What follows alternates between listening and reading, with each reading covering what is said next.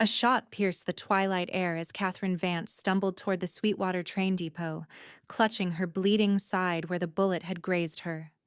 The distant sound of hoofbeats pounded behind her, but they were fading now. She had managed to lose her pursuers in the maze of rocky outcroppings that dotted the Wyoming territory.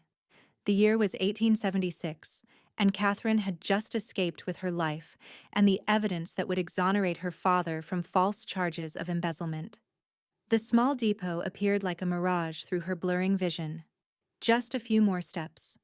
The wooden platform seemed to tilt beneath her feet as darkness crowded the edges of her sight.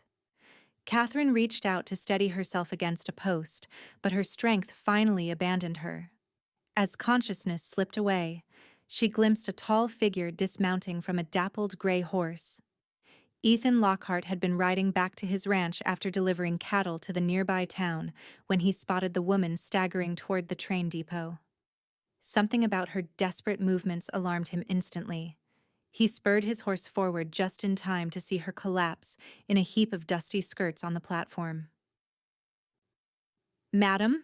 Ethan called out as he swiftly dismounted. When she didn't respond, he rushed to her side, noticing the dark stain spreading across her blouse. "Good Lord," he muttered, gently turning her over. She was beautiful despite the dirt and blood, fair-skinned with auburn hair that had partially escaped its pins. More concerning was the wound at her side. It didn't look fatal, but she needed attention soon. With no doctor at the depot and the next train not due until morning, Ethan made a quick decision. Carefully, he lifted her into his arms, surprised by how light she felt. "You're going to be all right," he said, though he knew she couldn't hear him. He settled her across his saddle before mounting behind her, cradling her against his chest to keep her steady. The ride to his ranch took nearly an hour, with Ethan constantly checking to ensure she was still breathing. By the time the modest but sturdy ranch house came into view, the woman had begun to stir, murmuring incoherently. His ranch hand, Miguel, rushed out when he saw Ethan approaching with the injured woman. "Get Mrs. Wilkins," Ethan ordered, referring to his housekeeper. "And bring water and bandages to the guest room." Miguel nodded and ran inside while Ethan carefully dismounted, still holding the woman. He carried her through the door and up the stairs to the small but clean guest bedroom. As he laid her gently on the bed, her eyes fluttered open briefly, revealing irises the color of summer grass. "Rest now," Ethan whispered, brushing a strand of hair from her face. "You're safe here." Mrs. Wilkins bustled in moments later, quickly assessing the situation with experienced eyes. "Step outside, Mr. Lockhart. I'll tend to her." Ethan reluctantly left the room, his mind racing with questions. Who was this woman? Who had shot her? And what was she doing alone at the train depot as night was falling? Katherine drifted in and out of consciousness, fragments of memories swirling through her mind. The accusations against her father, the documents she'd stolen from Russell Harrington's office proving his innocence, the shots fired as she fled town on a borrowed horse. When she finally awoke fully, sunlight was streaming through unfamiliar curtains. She tried to sit up but winced at the sharp pain in her side. "I wouldn't move too quickly if I were you," said a deep voice from the doorway. Katherine turned to see a tall man with broad shoulders leaning against the doorframe. He had dark hair that curled slightly at his collar and intense blue eyes that studied her carefully. His face was tanned and weathered from the sun, but handsome in a rugged way. "Where am I?" Katherine asked, her throat dry and scratchy. The man approached with a glass of water. "My ranch, about 10 miles from Sweetwater. I found you collapsed at the train depot yesterday evening." He helped her sit up slightly to drink. "Name's Ethan Lockhart." "Thank you, Mr. Lockhart," she said, taking a careful sip. "I'm Katherine Vance." "Pleasure to meet you, Miss Vance, though I wish it were under better circumstances." His eyes flickered to her bandaged side. "Mrs. Wilkins says you're lucky. The bullet just grazed you, but you lost enough blood to make you faint." Catherine's hand flew to her side, suddenly remembering. My bag, I had a leather satchel with me. It's important. It's right there on the chair, Ethan assured her. Nothing's been touched. Relief flooded through her. The documents were safe. But then another realization hit. If Harrington's men were still searching for her, she was putting this kind stranger in danger. I should leave, she said, attempting to rise again. Ethan's hand gently pressed her shoulder back to the bed. Not until you've healed some. Whatever trouble you're in, Miss Vance, you won't outrun it in your condition. Katherine wanted to protest but knew he was right. She was too weak to travel, and her horse was long gone. I don't want to impose, she began. You're not imposing if you're invited, Ethan replied with a slight smile. And I'm inviting you to stay until you're well enough to travel. Something in his steady gaze made Katherine believe him. For the first time in weeks, she felt a measure of safety. Thank you, she said softly, but I should warn you, Mr. Lockhart. The men who did this might come looking. Ethan's expression hardened slightly. Then they'll find more than they bargained for. He moved toward the door. Rest now. Mrs. Wilkins will bring you some broth soon. As he left, Katherine sank back against the pillows, her mind racing. She needed to get to Cheyenne, where her father's lawyer was waiting for the evidence. But for now, she had no choice but to accept this cowboy's hospitality and pray that Harrington's men wouldn't track her here. Over the next few days, Katherine regained her strength slowly. Mrs. Wilkins, a kindly widow in her 60s, tended to her wound and brought her meals. Ethan checked on her daily, his visits growing longer each time as they found more to talk about. She learned he had inherited the ranch from his uncle 5 years ago after serving as a Union cavalry officer in the war. He'd built it from a struggling operation into one of the most respected ranches in the territory. He lived alone save for Mrs. Wilkins, Miguel, and a few other ranch hands. For his part, Ethan was intrigued by the mysterious woman recovering in his guest room. She was clearly educated and well-bred, but also resourceful and brave. She avoided talking about why she'd been shot, and he didn't press her, sensing she would share her story when she was ready. On her 4th day at the ranch, Katherine felt strong enough to leave her room. She made her way downstairs, moving carefully to avoid pulling at her healing wound. She found Ethan at the kitchen table reviewing ledgers. He looked up in surprise. Should you be up and about, Miss Vance? I'll go mad if I spend another day in that room, pleasant as it is, she replied with a small smile. And please, call me Katherine. Katherine, he repeated, the name sounding different in his deep voice. Then you must call me Ethan. She nodded and took a seat across from him. I feel I owe you an explanation, Ethan. He closed his ledger. You don't owe me anything. I do. She took a deep breath. My father is Henry Vance, the bank manager in Boulder, Colorado. He's been accused of embezzling funds by the bank's owner, Russell Harrington. But it's Harrington who's been stealing. He's framed my father to cover his own crimes. Ethan's expression grew serious. And you have proof of this? Katherine nodded toward the stairs. In my satchel. I worked as Harrington's secretary. When I found discrepancies in the books, I started investigating. I discovered documents showing he's been embezzling money for years. Her hands trembled slightly as she continued. When I confronted him, he threatened my father's life, so I took the evidence and ran. And Harrington's men came after you, Ethan concluded. Yes. I need to get these documents to my father's lawyer in Cheyenne, but they're watching the trains and stagecoaches. Ethan considered this information. Harrington sounds like a powerful man. He is.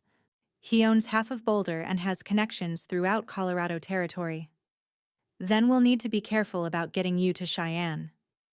He said it so naturally, as if her problem had become his as well. I can't ask you to get involved, Katherine protested. You've already done so much. Ethan's gaze met hers steadily. You didn't ask. I'm offering. There was something in his eyes that made her breath catch a determination and kindness that she hadn't experienced from any man before. For a moment, neither spoke, the connection between them suddenly palpable. The moment was broken by Miguel bursting through the door. "Riders coming, patron," he said urgently. "6 men, heavily armed. They don't look friendly." Ethan stood immediately. "Get Mrs. Wilkins and stay in the back. Catherine, can you make it upstairs?" She nodded, already rising. "Take your satchel and hide in the storage room at the end of the hall. There's a trapdoor to the attic behind the old trunk." Catherine hurried upstairs as quickly as her injury allowed, grabbing her precious satchel from the guest room before finding the storage room. She located the trunk and discovered the trapdoor just as Ethan had described. She climbed the narrow ladder into the dusty attic space, pulling the door closed behind her. Through a small vent in the attic wall, she could see the approaching riders, hard-faced men with guns visible on their hips. She recognized one as Harrington's foreman, Davis, who had led the pursuit when she fled Boulder. Below, she heard the sound of the front door opening and Ethan's voice, deliberately casual. "Afternoon, gentlemen. What brings you to Lockhart Ranch?" "Looking for a woman," came a gruff voice she recognized as Davis's. Auburn hair, green eyes, about 25. Might be injured. "She's a thief, and we've been sent to bring her back to face justice." "Haven't seen anyone matching that description," Ethan replied evenly. "Just me and my ranch hands out here." "Mind if we look around?" "She's stolen valuable property." There was a pause before Ethan answered. "I do mind, actually. This is private property." "We've got authority from the sheriff in Boulder." "This isn't Boulder, friend. It's Wyoming territory, and your Colorado authority doesn't mean much here." Catherine held her breath, hearing the tension in their voices. "We don't want trouble," Davis said, his tone suggesting otherwise. "But we will search this ranch." "No." Ethan's voice was firm. "You won't. Now, I've been hospitable, but my patience has limits. Time for you gentlemen to leave." There was a shuffling sound, and Catherine peered through the vent to see the men had dismounted and were spreading out around Ethan. Her heart raced as she realized they were preparing for violence. 6 against 1, rancher," Davis said. "Bad odds." 8 against 6, came a new voice. "Those odds seem better." Catherine shifted to see Miguel, and several ranch hands had emerged from the barn and bunkhouse, rifles in hand. They positioned themselves strategically around the yard. A tense silence followed. Catherine could only imagine the standoff occurring below. Finally, Davis spoke again, his voice tight with suppressed anger. "We'll be watching the trains and roads. She won't get far." "Good day, gentlemen," Ethan replied coldly. Catherine watched as the men reluctantly mounted their horses and rode away. She stayed frozen in place until she heard Ethan's footsteps on the ladder. "They're gone," he said, as his head appeared through the trapdoor. "For now." She climbed down with shaky legs. "They'll be back with more men." "I know." Ethan helped her down the last few rungs. "We need to get you to Cheyenne, but they'll be watching all the obvious routes." "What can we do?" Catherine asked, clutching her satchel tightly. Ethan thought for a moment. "There's an old cattle trail that cuts north through the mountains before heading east. It's rough going, but it would bypass the main roads and railways. We could reach Cheyenne in about 5 days." "We?" Catherine echoed. "You can't make that journey alone, especially injured," Ethan pointed out. "Besides, I know those trails better than anyone. Your ranch, Miguel can handle things for a week." His expression softened. "Catherine, I gave you my word that you'd be safe here. That promise extends to seeing this through." She studied his face, wondering why this man she'd known for only days would risk so much for her, yet something told her she could trust him completely. "Thank you," she said simply. They made preparations to leave before dawn the next morning. Mrs. Wilkins packed provisions while Miguel helped Ethan select horses and equipment. Catherine was given a set of men's clothes to wear for easier riding, which Wilkins altered quickly to fit her smaller frame. As the first hints of daylight touched the eastern horizon, they set out. Ethan led the way on his gray gelding, while Catherine rode a steady chestnut mare. They kept to wooded areas where possible, avoiding open spaces that might expose them to watching eyes. By midday, they had reached the foothills of the Medicine Bow Mountains. Ethan called a brief halt to rest the horses and check Catherine's wound. "How are you holding up?" he asked as he helped her dismount. "Better than I expected," she admitted, though her side ached from the hours of riding. As Ethan redressed her wound with supplies Mrs. Wilkins had packed, Catherine found herself studying his face, the way his brow furrowed in concentration, the gentle way his hands worked despite their strength. "How did you learn to do this?" she asked. "War teaches a man many things," he replied quietly. "Medical skills being among the more useful ones." "You don't talk much about the war." His hands paused briefly. "Not many good memories there." "I'm sorry," she said, sensing his discomfort. Ethan secured the fresh bandage and met her eyes. "Don't be. It shaped who I am, for better or worse." He helped her back to her feet. "We should keep moving. I want to reach the old trapper's cabin before nightfall." They continued their journey, climbing higher into the mountains along narrow trails that seemed barely passable. Ethan pointed out landmarks and shared stories of the land they traversed, painting a picture of the territory he clearly loved. As the sun began to set, they arrived at a small, weathered cabin nestled in a protected clearing. It was simple but solid, with a stone fireplace and a single room containing a rough table, chairs, and a bed frame with a straw mattress. "Trappers built this decades ago," Ethan explained as he unsaddled the horses. "I've maintained it over the years. Not many people know it exists." While Ethan tended to the horses, Catherine gathered wood for a fire, moving gingerly to protect her healing wound. By the time he returned, she had a small blaze going in the fireplace.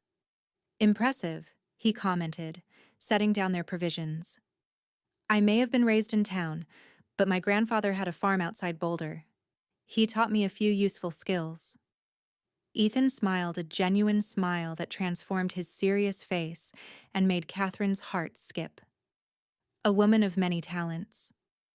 They prepared a simple meal of beans, jerky, and coffee, sitting before the fire as darkness settled outside.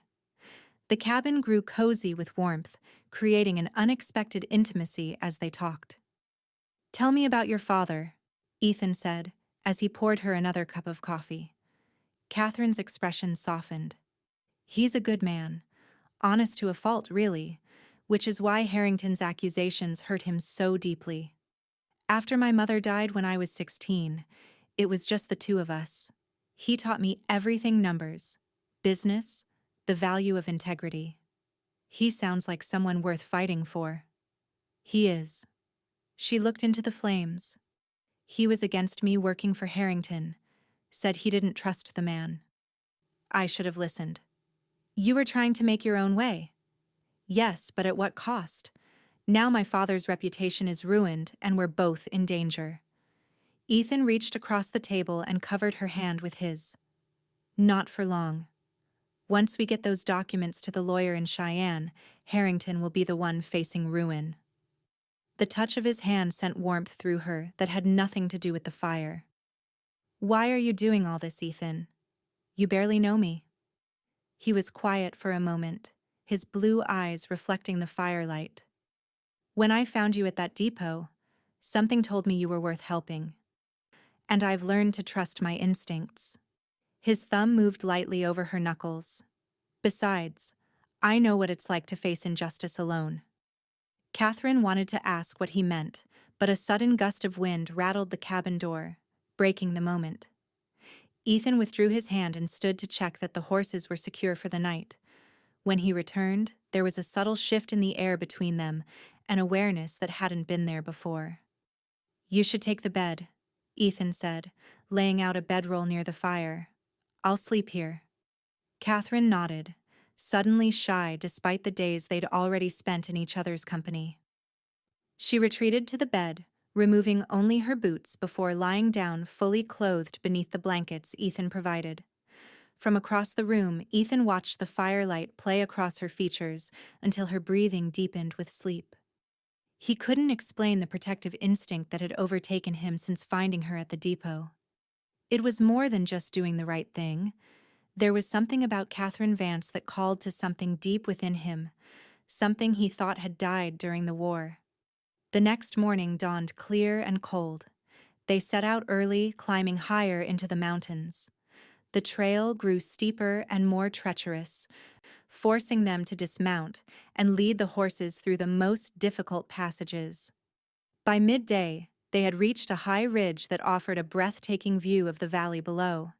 Katherine paused, taking in the vast wilderness stretching before them.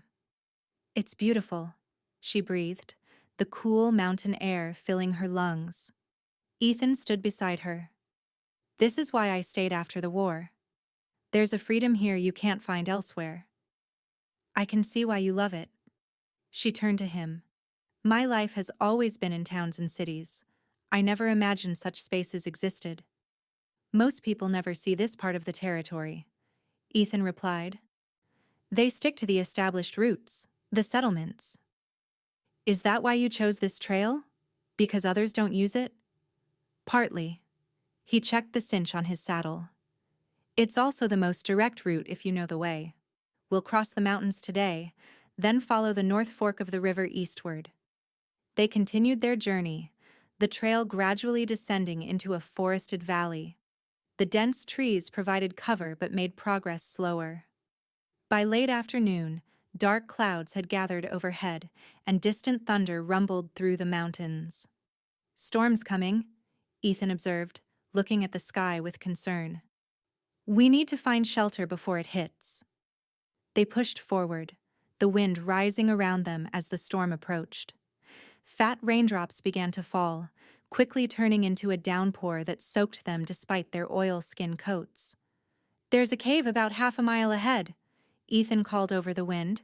"We can wait out the storm there."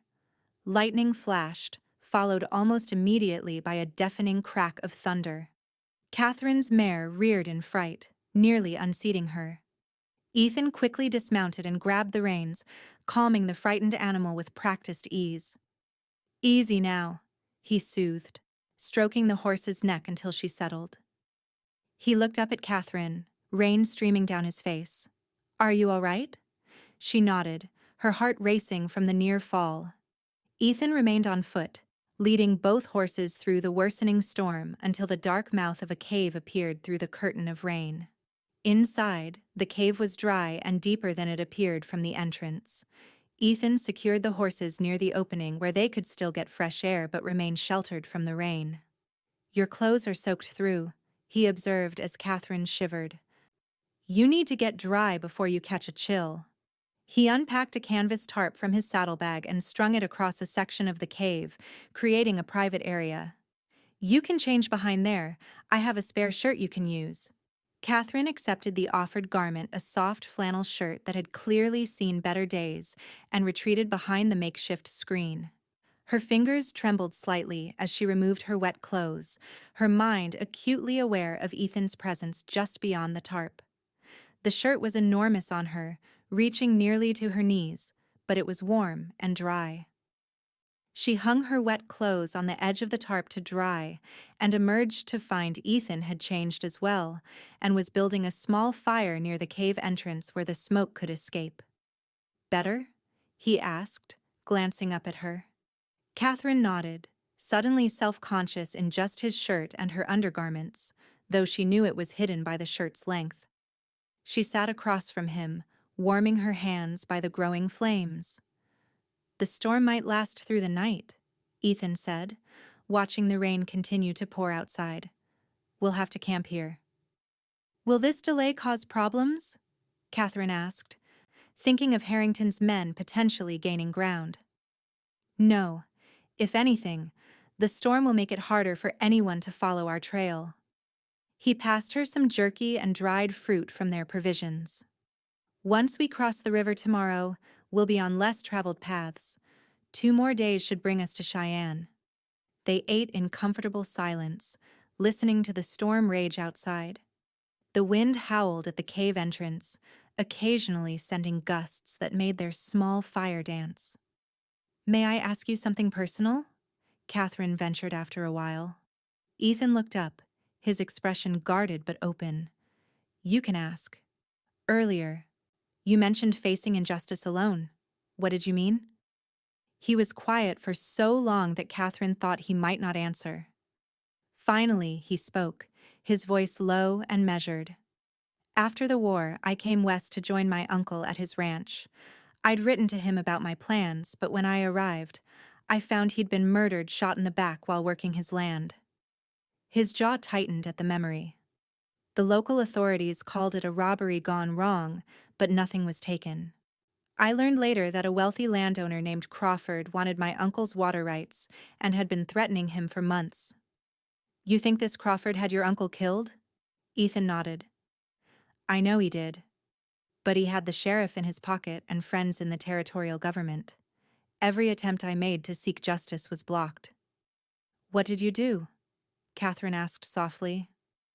"I stayed and built the ranch into something my uncle would have been proud of. Crawford died 2 years ago, fell from his horse drunk, they say. The irony wasn't lost on me." His eyes met hers across the fire. "So yes, I understand something about fighting powerful men who think they're above the law." Katherine reached across and took his hand, a mirror of his gesture from the night before. "I'm sorry about your uncle." Ethan's fingers closed around hers. "Life out here can be harsh and unfair, but there's good too, if you know where to look." His gaze held hers, and Katherine felt something shift between them, a deeper understanding, a recognition of kindred spirits. The fire crackled, casting shadows that danced across the cave walls as the storm continued outside. Neither seemed willing to break the connection by letting go. Eventually, Ethan spoke again, his voice softer. "When I found you at that depot, I thought fate had sent me there for a reason." His thumb traced circles on her palm. "I'm beginning to think I was right." Katherine's breath caught at his words, and the intensity in his blue eyes. "I'm grateful it was you who found me," she whispered. The moment stretched between them, charged with unspoken feelings. Finally, Ethan gently released her hand. "We should get some rest," he said, though his eyes lingered on her face. "Tomorrow will be another long day." He arranged their bedrolls on opposite sides of the fire, maintaining a respectful distance. Katherine lay down, pulling the blanket around her, but sleep didn't come easily. Her mind kept returning to the feeling of Ethan's hand holding hers, the way his eyes had looked in the firelight, and the growing certainty that whatever was developing between them was more than just gratitude or circumstance. The storm passed during the night, and dawn broke clear and fresh. The forest smelled of rain and pine as they set out, following a narrow game trail that wound down toward the river valley. By mid-morning, they reached the swollen river, its waters rushing with the previous night's rainfall. "The usual ford will be too dangerous," Ethan said, surveying the churning waters. "We'll need to head upstream to the narrows where it's shallower." They rode for another hour before reaching a section where the river narrowed between rocky banks. Even here the crossing looked treacherous, the current swift and strong. "I'll go first," Ethan said, dismounting to adjust his saddle.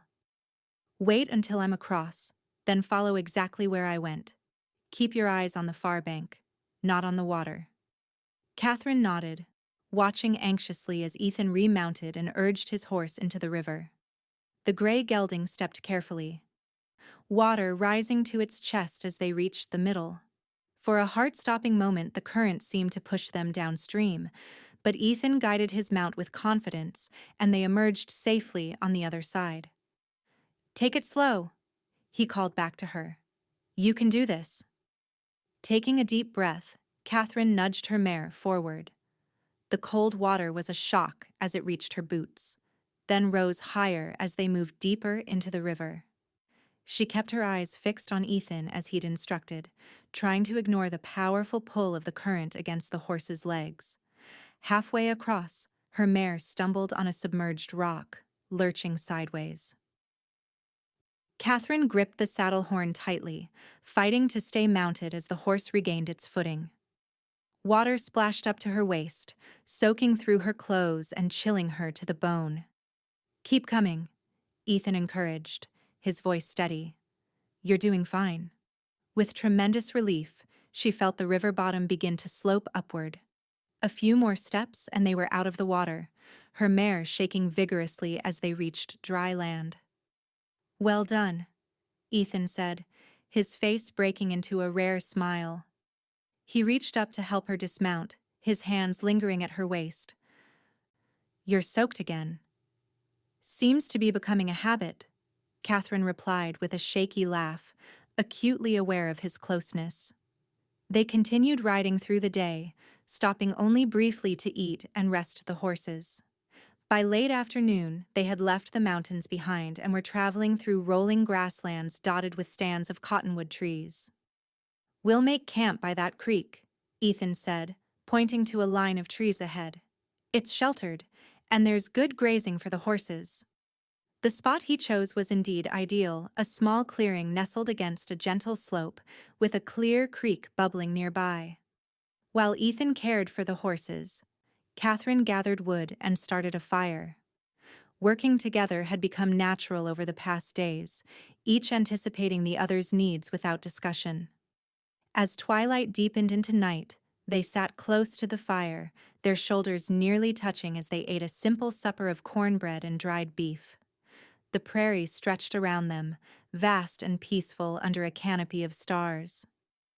"We should reach Cheyenne by tomorrow evening," Ethan said, pouring the last of the coffee into their cups. Katherine felt an unexpected pang at his words. Their journey was coming to an end, and with it, this time, alone together. "What will you do once we reach the city?" Ethan considered for a moment. "Make sure you get safely to the lawyer. Help however I can to build the case against Harrington. And then? Return to my ranch, I suppose." He looked at her with an unreadable expression. "What about you? After your father is exonerated?" Katherine stared into the fire. She hadn't thought much beyond delivering the evidence. "I don't know. Boulder holds bad memories now. Perhaps father and I will start fresh somewhere else." A comfortable silence fell between them, filled with unasked questions and possibilities neither was ready to voice. "I've been thinking about what you said," Katherine finally spoke, "about fate bringing you to the depot that day." Ethan turned to look at her, his face illuminated by the flickering flames. "And? I think perhaps you're right." She met his gaze steadily. "Of all the people who might have found me, it was you, someone who understood exactly what I was fighting against." Without thinking, she reached up to touch his face, her fingers tracing the line of his jaw. Ethan remained perfectly still, his eyes never leaving hers. Then, slowly, he covered her hand with his own, turning his face slightly to press a kiss against her palm. The simple gesture sent a wave of warmth through Katherine that had nothing to do with the nearby fire. Ethan's free hand moved to her waist, drawing her closer until their foreheads touched.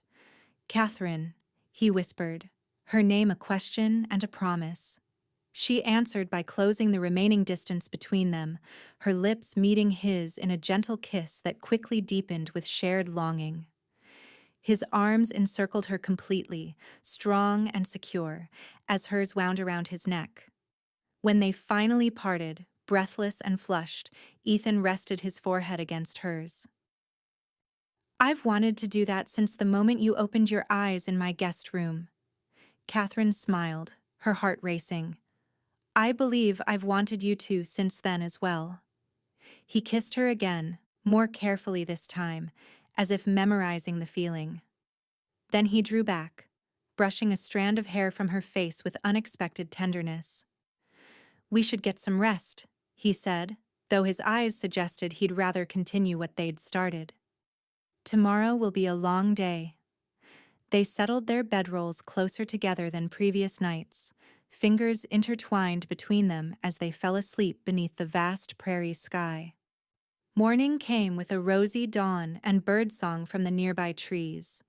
They packed quickly, both feeling a new urgency to reach Cheyenne and resolve the threat hanging over Catherine's father. They rode side by side where the terrain allowed, their hands occasionally brushing as they passed a canteen or pointed out landmarks. The easy silence between them was now charged with unspoken promises and possibilities. By midday, they reached a ridge overlooking a wide valley with a small settlement visible in the distance. Laramie Junction, Ethan explained. We'll skirt around it to avoid being seen. From there, it's about 20 miles to Cheyenne. As they descended toward the valley, Katherine noticed Ethan growing increasingly alert, his eyes scanning the horizon and surrounding hills with practiced vigilance. "What is it?" she asked, sensing his unease. "Probably nothing," he replied, though his posture remained tense. "Just being cautious. Once we're this close to civilization, there's more chance of running into trouble." They kept to a line of hills east of the settlement, using the terrain for cover. Katherine found herself constantly checking over her shoulder, Ethan's wariness infectious. They had nearly cleared the area when Ethan suddenly reined in his horse, holding up a hand for her to stop. He dismounted quickly and knelt to examine the ground. "Fresh tracks," he said grimly. "At least 4 riders, moving fast, headed the same direction we are." Katherine felt a chill that had nothing to do with the afternoon breeze. "Harrington's men?" "Can't be sure, but I don't like the coincidence." Ethan remounted, his expression serious. "They're a few hours ahead of us. Could be they got word we're headed to Cheyenne." "How would they know?" "Small towns have big ears. Someone might have spotted us and sent word ahead." He considered their options. "We have 2 choices. Push hard and try to reach Cheyenne tonight, or take an even more roundabout route that would delay us another day." Katherine thought of her father, waiting for the evidence that would clear his name. "I vote we push on. We're so close." Ethan nodded. "I was hoping you'd say that." He spurred his horse forward. "Stay close and be ready to move fast if we need to." They rode at a brisk pace for the remainder of the day, stopping only briefly to rest the horses. As the sun began its descent toward the western horizon, the outskirts of Cheyenne appeared in the distance, a sprawling collection of buildings against the vast prairie landscape. "We'll approach from the north," Ethan decided. "It's less traveled, and we can reach the lawyer's office without crossing the main thoroughfare." The lawyer, James Thornton, had offices on the 2nd floor of a building on the edge of Cheyenne's business district. As they neared the city limits, Ethan led them through a series of back alleys and side streets, avoiding the more populated areas. There, Katherine pointed to a modest brick building with a sign for Thornton and Associates, attorneys at law. They dismounted in the alley behind the building, tying their horses to a hitching post partially hidden from the street. Ethan helped Katherine down, his hands lingering at her waist. "We made it," he said softly, a smile breaking through his serious expression. "Thanks to you," she replied, impulsively rising on her toes to press a quick kiss to his lips. Ethan's arms tightened around her for a moment before reluctantly releasing her. "Let's get those documents to Thornton." They climbed the back stairs to the 2nd floor, finding the lawyer's office at the end of a narrow hallway. A brass plaque on the door confirmed they had the right place. Katherine knocked firmly. After a moment, the door opened to reveal a thin man with spectacles and graying hair. His eyes widened at the sight of them, trail worn and dusty from their journey. "May I help you?" he asked cautiously. "Mr. Thornton? I'm Katherine Vance, Henry Vance's daughter. We corresponded about my father's case." Recognition dawned on the lawyer's face. "Miss Vance, yes, of course. Please come in." He ushered them inside, locking the door behind them. I was beginning to worry. Your letter said you would arrive days ago. We had to take an indirect route, Catherine explained, removing the precious documents from her satchel. These prove Russell Harrington has been embezzling from the bank and framed my father to cover his crimes. Thornton accepted the papers reverently, moving to his desk to examine them. As he leafed through the documents, his expression grew increasingly satisfied. This is exactly what we needed, he confirmed, looking up with a smile. Ledgers, transfer records, even Harrington's personal correspondence regarding the scheme. With these, we can not only exonerate your father but bring charges against Harrington. Relief flooded through Catherine, making her knees weak. Ethan's hand found the small of her back, steadying her. How soon can you act on this? She asked. I can wire the federal marshal in Denver tonight, Thornton replied. They should be able to move on Harrington within days. As for your father, I believe we can secure his release by the end of the week. Catherine's eyes filled with tears of relief. After weeks of fear and uncertainty, it was finally over. Her father would be free, his name cleared. There's something else you should know, Ethan interjected. Harrington sent men after Miss Vance. They may already be in Cheyenne looking for her. Thornton's expression grew grave. Then you shouldn't stay at a hotel. It would be too risky. He thought for a moment. My sister runs a boarding house on the edge of town. It's a quiet place, mostly occupied by teachers and clerks. You'll be safe there until this is resolved.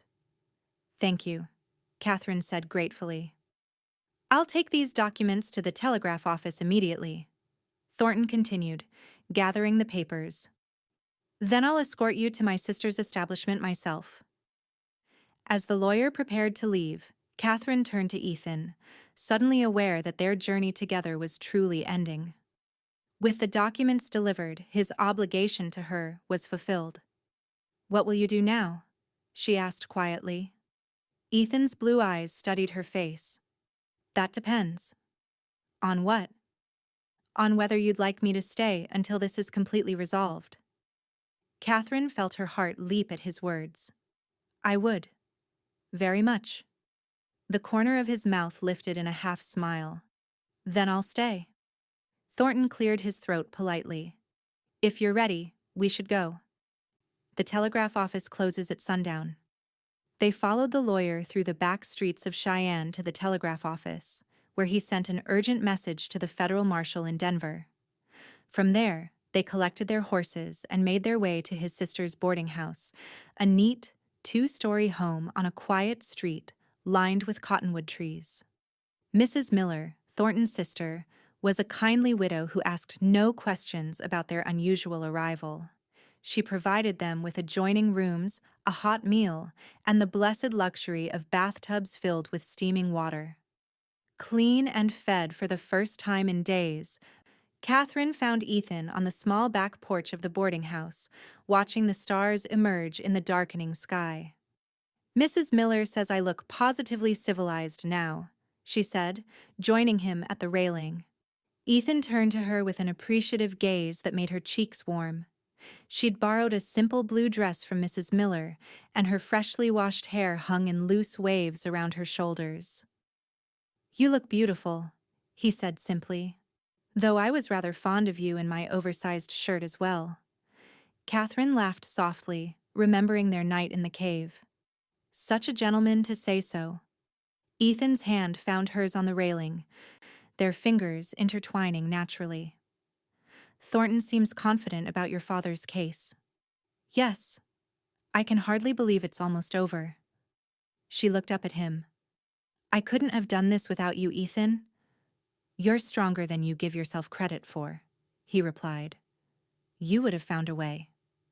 Perhaps, but I'm glad I didn't have to. She hesitated, then asked the question that had been lingering in her mind. When you return to your ranch, will you think of me sometimes?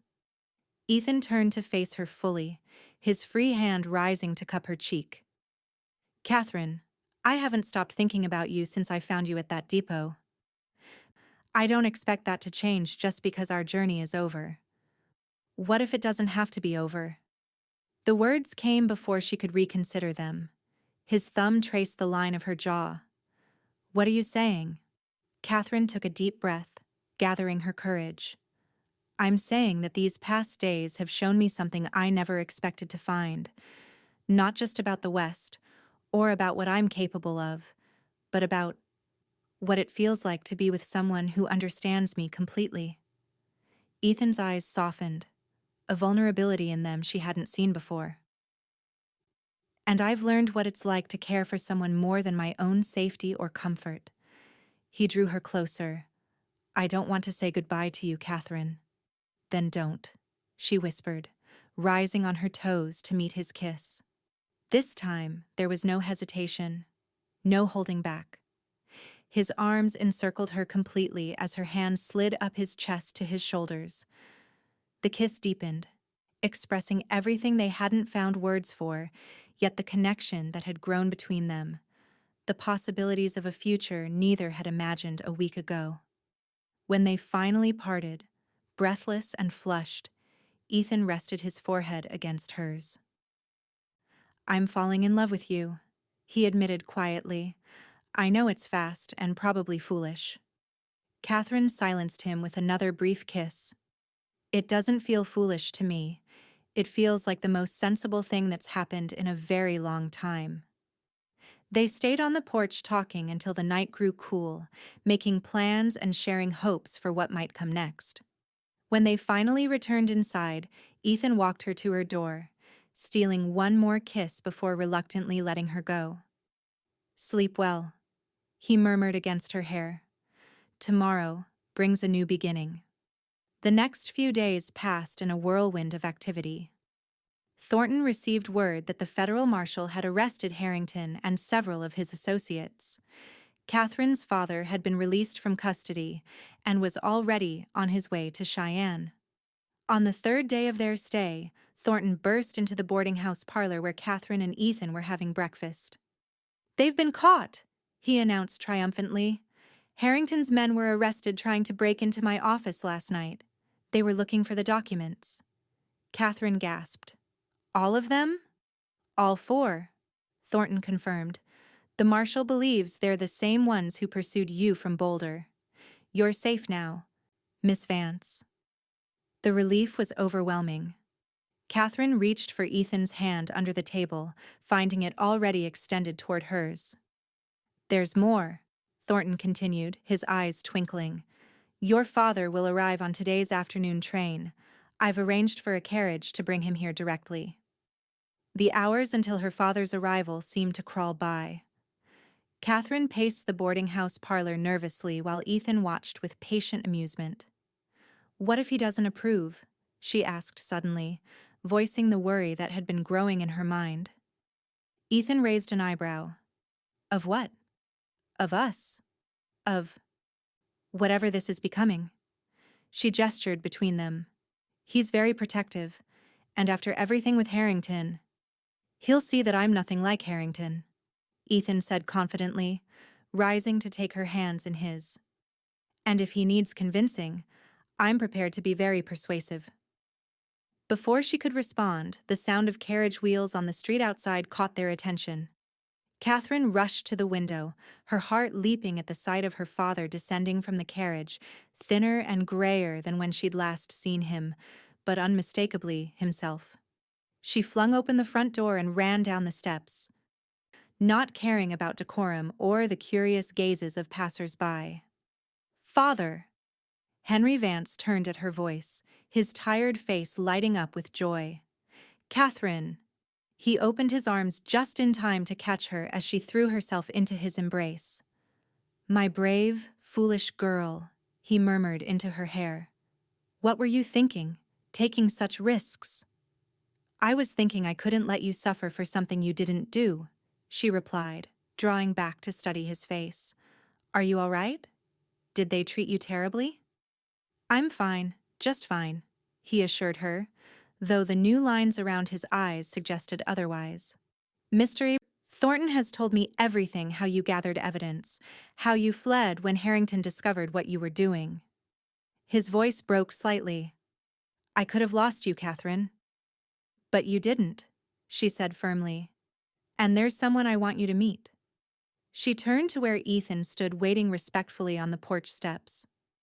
Father, this is Ethan Lockhart. He saved my life and helped me bring the evidence to Mr. Thornton. Henry Vance studied the tall cowboy with keen eyes, noting the way Ethan straightened slightly under his scrutiny. Mr. Lockhart, he said, extending his hand. It seems I owe you a debt I can never repay. Ethan shook his hand firmly. No debt, sir. Your daughter is quite remarkable. It was my privilege to help her. Something in the way Ethan looked at Katherine when he spoke did not escape her father's notice. His eyebrows rose slightly, but he merely nodded. Please, tell me everything over dinner. I want to hear the full story. Over Mrs. Miller's excellent roast beef, Katherine and Ethan recounted their journey, taking turns filling in details and occasionally sharing glances that grew increasingly difficult to hide. By the time dessert was served, Henry Vance was regarding them both with a mixture of gratitude and thoughtful consideration. So, Mr. Lockhart, he said as Mrs. Miller poured coffee, Katherine tells me you own a cattle ranch near Sweetwater. Yes, sir. It was my uncle's originally. I've expanded it over the past 5 years. And it's prospering? Ethan nodded. We've had good years. The railroad contracts have been especially valuable. Henry took a sip of his coffee, his eyes moving between the young couple. And what are your intentions now that this business with Harrington is concluding? Katherine nearly choked on her coffee. Father. It's a fair question, Henry replied mildly. Mr. Lockhart has come a long way from his ranch and stayed by your side through considerable danger. I'm merely curious about what comes next. Ethan met the older man's gaze steadily. Sir, I care deeply for your daughter. These past days have shown me what kind of woman she is: brave, intelligent, and fiercely loyal. If she'll have me, I'd like to court her properly. Henry's expression softened at the sincerity in Ethan's voice. And what about the distance? My business, what's left of it, is in Boulder. Your ranch is in Wyoming territory. Actually, Katherine interjected, I've been thinking about that. Mr. Thornton mentioned that the bank in Sweetwater is looking for a new manager. With your experience? You've already been making plans, I see, Henry said, though his tone was more amused than disapproving. Just considering possibilities, Katherine replied, her cheeks flushing. Henry studied his daughter's face, seeing the happiness there that had been absent for too long. He turned back to Ethan. Mr. Lockhart, I would be honored if you would call me Henry. And I believe I would like to see this Wyoming territory you speak so highly of. The next 2 weeks passed in a blur of legal meetings and new beginnings. With Thornton's help, Henry secured the position at the Sweetwater Bank. The charges against him were formally dropped, and Russell Harrington was indicted on multiple counts of embezzlement and conspiracy. Katherine and Ethan's courtship progressed with a speed that might have scandalized Boulder society, but seemed perfectly natural given the intensity of their shared experiences. They spent their days exploring Cheyenne together, and their evenings planning for the future, always careful to include Henry in their discussions. 2 weeks to the day after arriving in Cheyenne, they stood on the train platform preparing to depart for Sweetwater. Henry had gone ahead to check their luggage, leaving Katherine and Ethan a moment alone. Are you sure about this? Ethan asked, taking her hands in his. Sweetwater isn't Boulder. It's smaller, rougher around the edges. Katherine smiled up at him. I'm sure about you. The rest will fall into place. He brushed a strand of hair from her face, his touch gentle. I never expected to find you collapsed at that depot. Never imagined how completely you would change my life.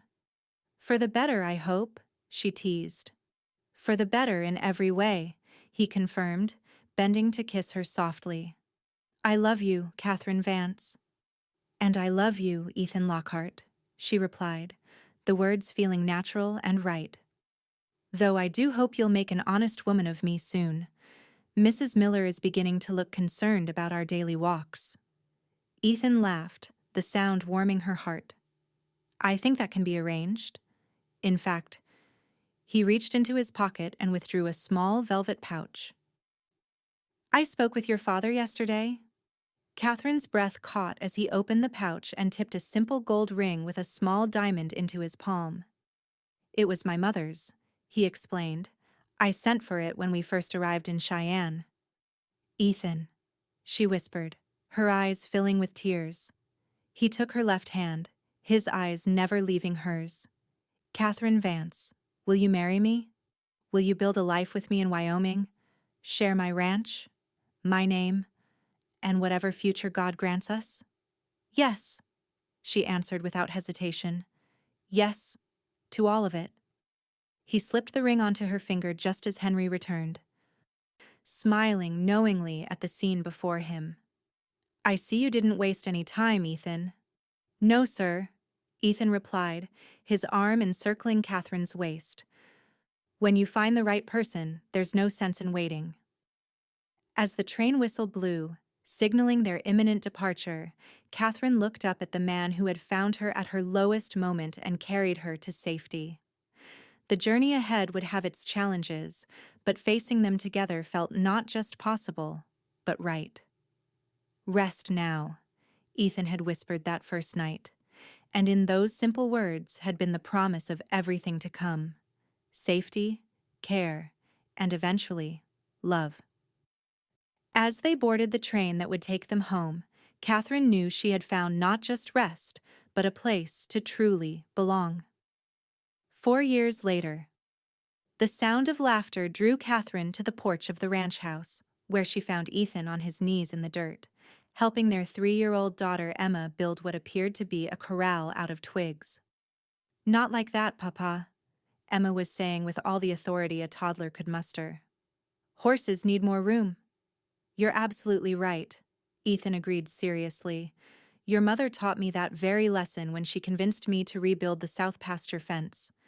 Catherine smiled, one hand resting on her rounded belly where their second child grew. "And you've never made the mistake of arguing with a Vance woman since," she called. Ethan looked up, his face breaking into the smile that still made her heart skip. He rose to his feet, dusting off his knees before climbing the porch steps to kiss her. "How are you feeling?" he asked, his hand joining hers on her stomach. "Wonderful," she replied truthfully. "Dr. Morgan says another month, perhaps less." "Another month," Ethan repeated, wonder in his voice. "I still can't believe how blessed we are." Catherine leaned into his embrace, watching as Emma continued her determined construction project. The ranch had prospered beyond their expectations over the past 4 years. The house had been expanded, the herd nearly doubled, and Sweetwater itself had grown as the railway brought more settlers west. Henry had thrived as the bank manager, becoming a respected figure in the community and a doting grandfather to Emma. He lived in town but spent most Sundays with them at the ranch. "I had a letter from Mr. Thornton today," Catherine said. "Harrington's final appeal was denied. He'll serve his full sentence." Ethan nodded, satisfaction in his expression. "Justice may be slow, but it usually finds its way eventually." They stood in comfortable silence, watching their daughter play in the yard that had become the center of their shared life. Sometimes Catherine still marveled at how completely her life had changed from that desperate day when she'd fled Boulder with stolen documents and a bullet graze. "Do you ever think about it?" she asked softly. "That day at the depot?" Ethan's arms tightened around her. "Often. I thank God I decided to take that route home." "As do I." She turned in his embrace to face him. "You saved more than my life that day, Ethan. You saved my faith in good men." He kissed her tenderly, still careful with her after all these years. "And you saved me from a life of solitude I didn't even realize I was trapped in." Emma's voice interrupted their moment. "Mama, Papa, look! I made a ranch like ours." They turned to see her standing proudly beside her creation, a rough circle of twigs with smaller enclosures inside, and tiny figures made of pebbles and leaves. "It's perfect, sweetheart," Catherine called, her heart full to bursting. As they watched their daughter return to her play, Catherine thought about the journey that had brought them here from a chance encounter at a lonely train depot to this rich, full life they'd built together. What had begun with rest now had blossomed into so much more than either could have imagined. Ethan seemed to read her thoughts, as he often did. "No regrets?" he asked quietly. Catherine looked up at her husband, still the same strong, principled man who had carried her home when she could not walk on her own, and felt the same certainty that had guided her since those first days together. "Not a single one," she answered, rising on her toes to kiss him as the Wyoming sun set golden across the land they both now called home.